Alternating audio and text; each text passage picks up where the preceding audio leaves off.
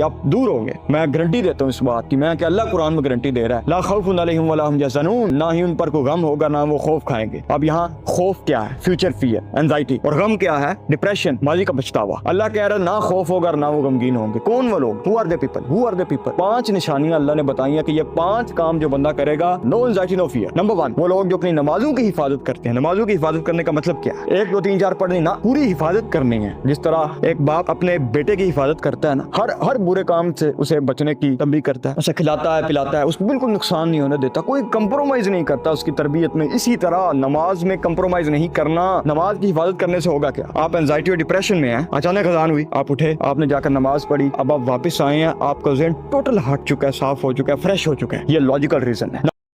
Number 2, दूसरा काम, अल्लाह कहता है वो लोग जो लघु बातों से एराज करते, वो जो फजूल बात नहीं करते, गीबत चुगली नहीं करते। जब आप बात ही गलत नहीं करोगे तो आपको क्या खौफ होगा? अब मैंने गलत बात की है, मुझे खौफ रहेगा यार मैं पकड़ा ना जाऊं। अब ये क्या है? खौफ, एंजाइटी, कैसे ना हो, जैसे ना हो जाए। अब दूसरी कंडीशन क्या है? आप पकड़े गए हैं, अब आपको 1 2 लगी है, आप कहेंगे यार मेरे साथ ऐसे हो गया, मेरे साथ ऐसे हो गया, आप डिप्रेशन में जा रहे हैं। तो आप बात ही ठीक करेंगे, क्या एंजाइटी क्या डिप्रेशन होगा। तीसरे नंबर पर अल्लाह कह रहा है वो लोग जो अपनी शर्मगाह की हिफाजत करते हैं, अपने नफ्स को कंट्रोल करते हैं, दरमियानी रास्ता तलाश नहीं करते, उन पर कोई खौफ नहीं होगा, ना ही वो गमगीन होंगे। There will be no depression, no anxiety. बैठे हैं कमरे में, ये तन्हाई में है, there is nobody to look at you, कोई बंदा नहीं देख रहा आपको, लेकिन आपका यकीन है अल्लाह पे कि मैं आज अपने नफ्स को कंट्रोल कर रहा हूँ, अल्लाह मुझे देगा, अल्लाह मुझे हुर्रें देगा। ये यकीन पे यकीन होने का मतलब है कि उसे यकीन, अल्लाह युकल्लिफुल्लाहु नफ्सन इल्ला वुसअहा, अल्लाह किसी को उसकी औकात से ज्यादा, कैपेसिटी से ज्यादा तकलीफ नहीं देता। ये यकीन है उस बंदे का, ज़ाहिर है जो नफ्स को कंट्रोल करके बैठा है। कोई बंदा नहीं उसे रोक रहा, कोई ना देख रहा है, सिर्फ अल्लाह देख रहा है, और अल्लाह के लिए उसने कंट्रोल किया अपने आप को।